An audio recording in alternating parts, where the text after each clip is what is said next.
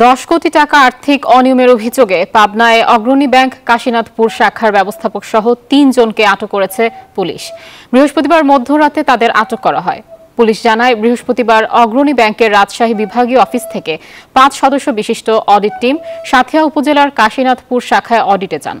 অডিটে 10,13,62,378 টাকা আর্থিক অনিয়ম ধরা পড়ে। এ বিষয়ে ওই শাখার ব্যবস্থাপক হারুন বিন সালাম, ক্যাশ অফিসার সুব্রত চক্রবর্তী ও সিনিয়র অফিসার আবু জাফরকে অভিযুক্ত করে সাঁথিয়া থানায় অভিযোগ দেয় অডিট টিম। পরে পুলিশ মধ্যরাতে তাদের 3 জনকে আটক করে।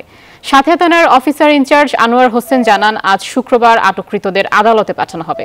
পরবর্তীতে বিষয়টি আইনগত পদক্ষেপ গ্রহণ করবে দুদক। টয়লেট রাখে ফ্রেশ 100 ফ্ল্যাশ পর্যন্ত, তাই ব্যবহার করুন ডমিক্স ফ্রেশ গার্ড। ধন্যবাদ আয়েশা।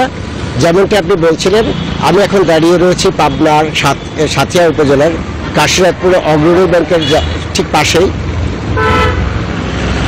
যে আর্থিক অনিয়মের বিষয়টি ব্যাংক কর্তৃপক্ষের অডিটে ধরা পড়েছে, বেলা বাড়ার সঙ্গে সঙ্গে সেই জিনিসটি সাধারণ আমানতকারীরা জানতে পেরেছেন। আর সাধারণ আমানতকারীরা জানার সঙ্গে সঙ্গে তারা এসে ভিড় করছেন ব্যাংকের আশেপাশে। আজ শুক্রবার ব্যাংক, তারপরে আমি যদি একটু দেখাই, বিচ্ছিন্নভাবে দাঁড়িয়ে রয়েছেন আমানতকারীরা। তারা কি করবেন বুঝে উঠতে পারছেন না। আমি কথা বলেছি 2-1 আমানতকারীর সাথে। তারা বলেছেন যে তারা বিশ্বস্ততার সাথে এই ব্যাংকের উপর নির্ভর করে টাকাগুলো ব্যাংকে জমা দিয়েছিলেন, কিন্তু এত বড় আর্থিক অনিয়মের সংবাদে তারা হতাশাগ্রস্ত হয়ে পড়েছেন।